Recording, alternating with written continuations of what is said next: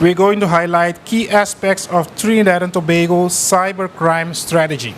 And for this, I would like to invite Anita Sohan and Sunita Ramsuner. So they are from the Ministry of National Security. As we have been discussing today, cybersecurity is a very important topic going on in the world and also here in the Caribbean. And the government of Trinidad and Tobago, they did draft a cyber security strategy. So Anita and Sunita will be discussing with us what this entails. So Anita and Sunita, please go ahead. Thank you and good afternoon to all here today. We will try not to put you guys to sleep after that lunch. We'll try, can't promise.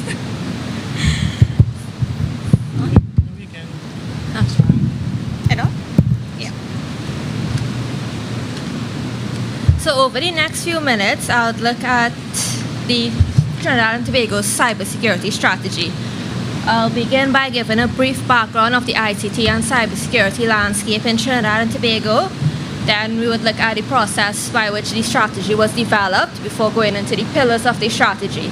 So Sunita would assist me in that regard, as well as just conclude with what our next steps are as a government. The ICT landscape, I'm sure you've all heard a lot about this over the last 2 days. So mobile penetration, 146%. Clearly, we have a lot more mobile phone accounts than we do citizens. The roles and responsibilities of some of the ministries, you may be aware that Science and Technology is responsible for the national ICT policy and the management of government ICT backbone. National Security, however, has responsibility for cybersecurity and cybercrime. The Ministry of Public Administration has the responsibility for programs to increase ICT access and to reduce the digital divide. Looking at the environment, we have had a lot of reports about cyberbullying, email scams, ATM skimming, spam, phishing, malware.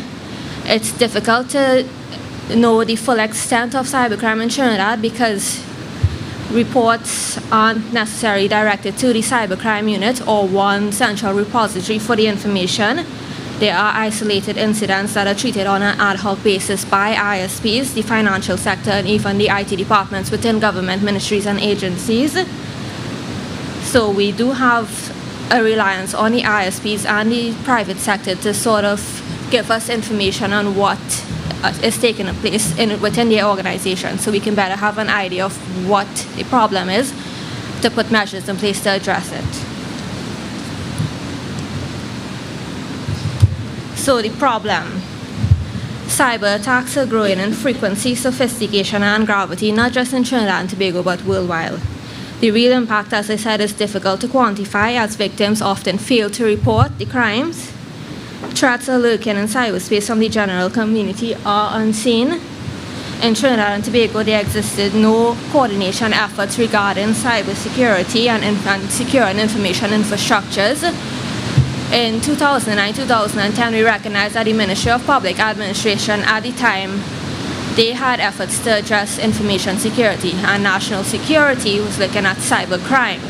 So out of that, we decided to start working together and really coordinate the efforts to address cybersecurity in Trinidad and Tobago.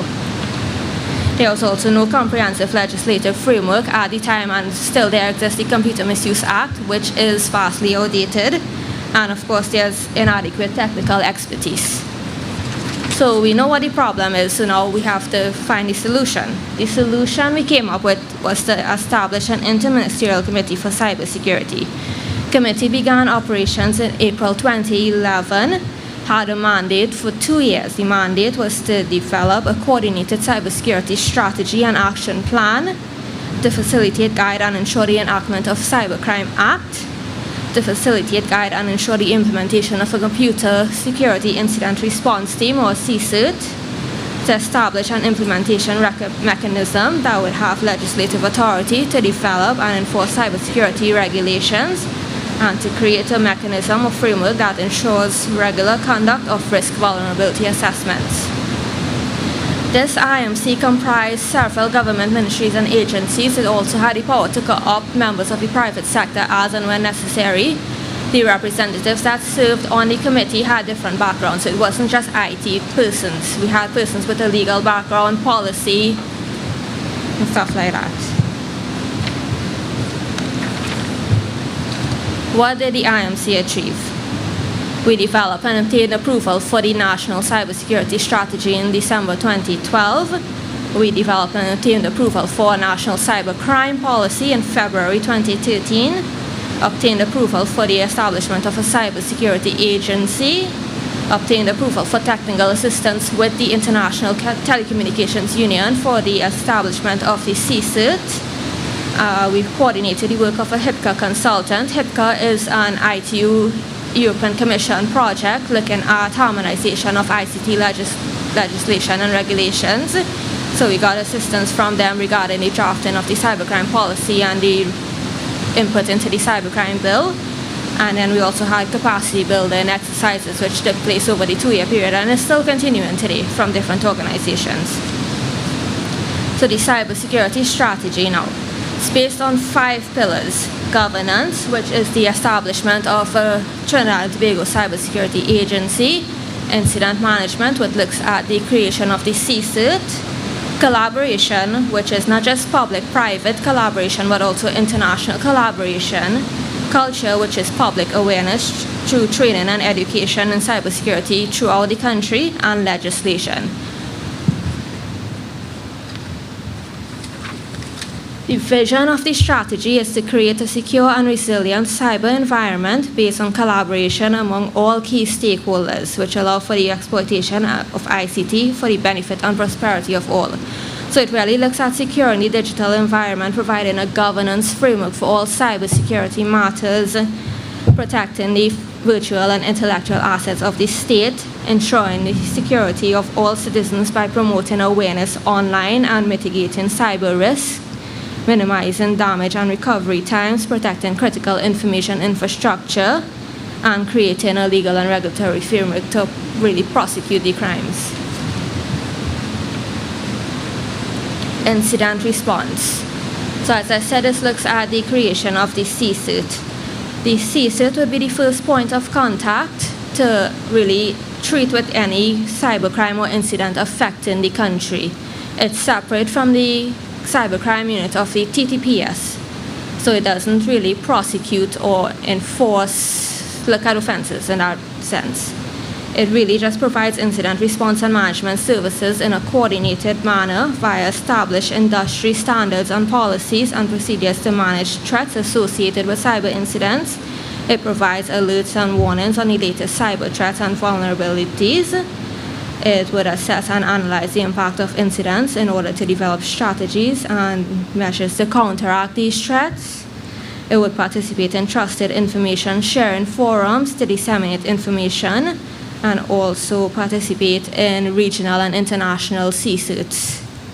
Right now we're at the point where we're trying to staff the CCERT and procure equipment for the CCERT. In March 2014, we signed an agreement with the ITU, so they will be providing us with assistance for establishment, and also to look at identifying critical information infrastructure within the country, because we've recognized that that's something which hasn't been addressed as yet. Collaboration. Collaboration, we look at national collaboration and international collaboration. Under national collaboration, it's not just government and private sector. We recognize the importance of having academia and civil society on board as well.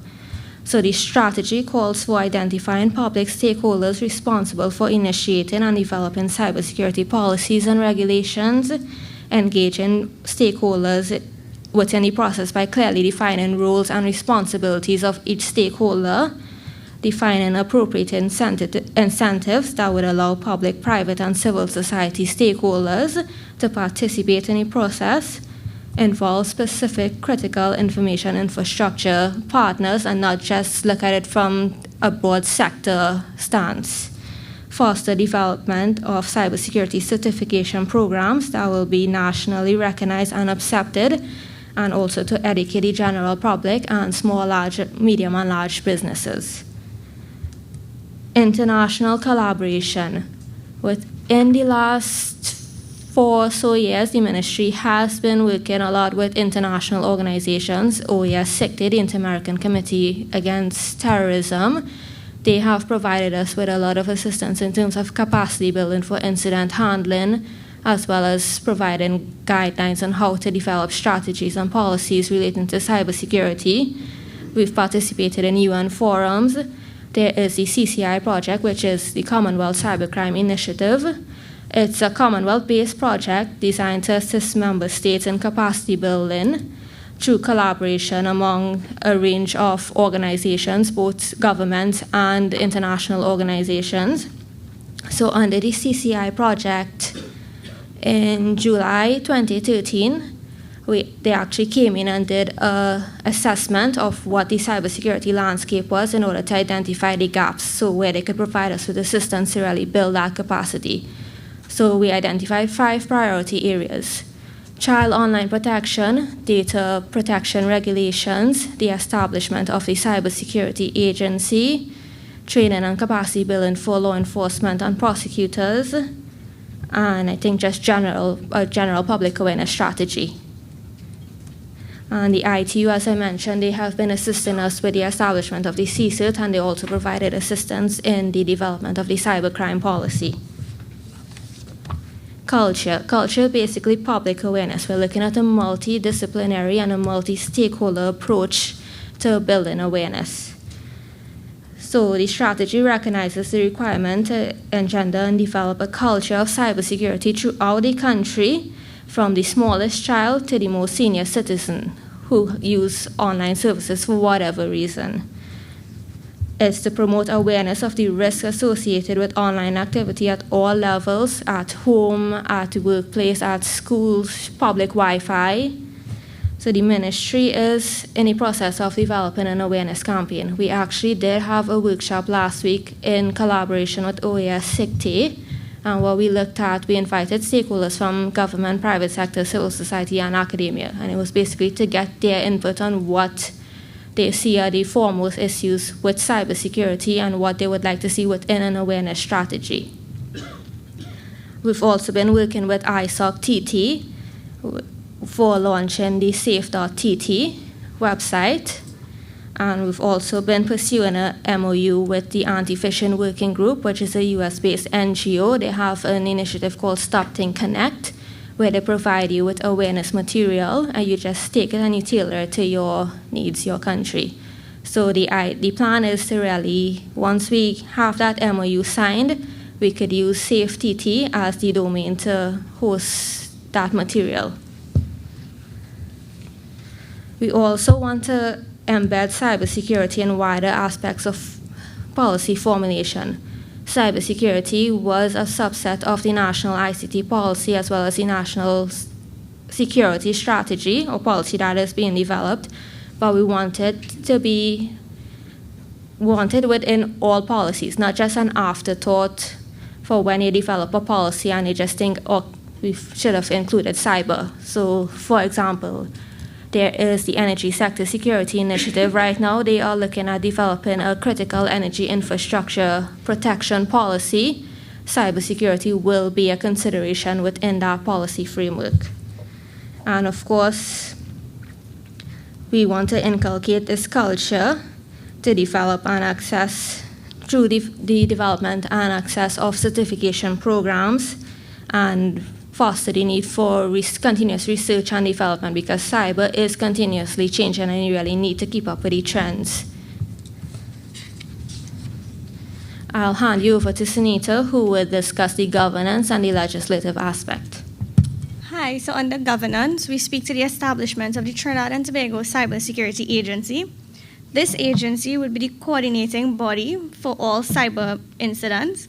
So if you are thinking this agency is an agency with, ceiling to wall computers and a team of 20 people doing intelligence, this is not this agency. This agency merely coordinates cybersecurity efforts. So say law enforcement in Europe they have information on a criminal who committed child pornography or any cybercrime, they can always filter the information to the agency who then coordinates it to the respective agency. So in that case, it would be the TTPS. Which brings me to my second point. It will be important to note that the agency is distinct from the cybercrime unit of the Trinidad and Tobago Police Service. The police will maintain their law enforcement and investigative role when it comes to cybercrime, and that will, well, TTCSA will have nothing to do with investigation or prosecution. If it is during their day-to-day operations they may come across a cybercrime, they are empowered to report it to the cybercrime unit.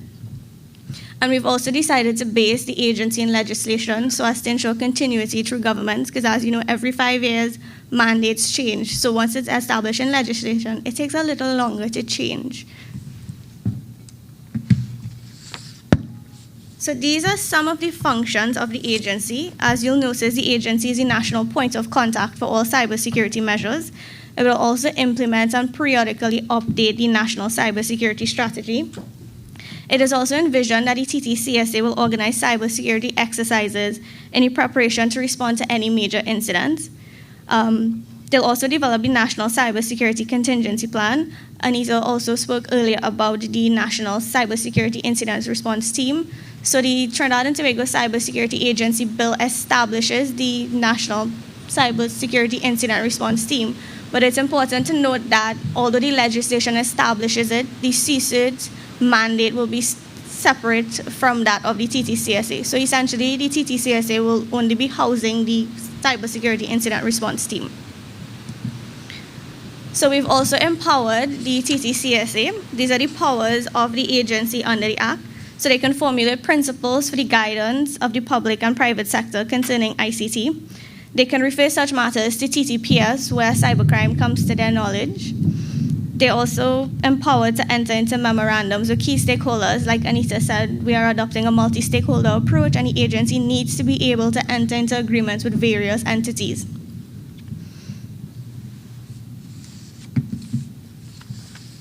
So I'll now move on to the Cybercrime Bill. So the Cybercrime Bill seeks to criminalize offenses related to computer crime and cybercrime. We would have reviewed the existing national legislation, which would include the Computer Misuse Act. We've done a comparative study with various countries across the world, pretty much, because we've looked at the Netherlands Act, we've looked at Philippines, and we've also had a consultant, as Anita would have indicated. HIPCA came and they helped us develop our cybercrime policy and cybercrime bill. And we also had various consultations with stakeholders. So some of the offenses under the Cybercrime Bill 2014 would be illegal access to a computer system, illegal interception, system interference, offenses against critical infrastructure, which is quite important to Trinidad and Tobago given that we are a big oil and gas country. Identity-related offenses. I know a lot of times we'd have a lot of ID thefts and there's no one to report it to because no one knows where to go. So under the Cybercrime Bill 2014, we've catered to this crime. And the Cybercrime Bill also gives a lot of investigative tools to the law enforcement, which was not there under the Computer Misuse Act. So in addition to search and seizure, which you would normally have, we also have expedited preservation, where a police officer can go to a magistrate to get an order to have the information preserved so no one can delete it or modify it. There's a production order where a police officer can go to a magistrate to get content and traffic data. And there is partial disclosure of traffic data where a police officer can go to a magistrate to get the traffic data. The Act also has an extraterritorial reach. So the offense, if it happens in Trinidad, yes, we have jurisdiction. If it happens by a citizen, whether in Trinidad and Tobago or not, we still have jurisdiction in that case too. So if the computer system or the computer data is located in TNT, and where the damage resulting from the act occurs in TNT. So essentially, where a cybercrime affects citizens or there is damage to systems in TNT, we would have jurisdiction to treat with it. And well, the Cybercrime Bill 2014 will replace the Computer Misuse Act. The way forward? Oh yeah. So the way forward now would be to get parliamentary approval and enactment of the Cybercrime Bill along with the Cybersecurity Agency Bill. We've actually went to Parliament for its fourth session and the bill was debated. We had a very nice long debate. Unfortunately, that session lapsed, so we'll have to go back to Parliament to go through that nice procedure again. We'll also have to establish the Trinidad and Tobago Cybersecurity Incident Response Team. As Anita alluded, we've started taking these steps to do that. We'll also be establishing the Trinidad and Tobago Cybersecurity Agency once the legislation is passed and proclaimed.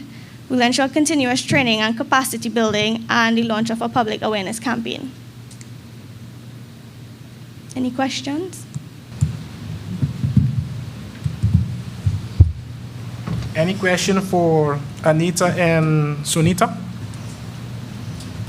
Let's start first with Sintra. Thank you. I have a question with regards to jurisdiction. You mentioned jurisdiction being within Trinidad and Tobago, but what about our flag vessels?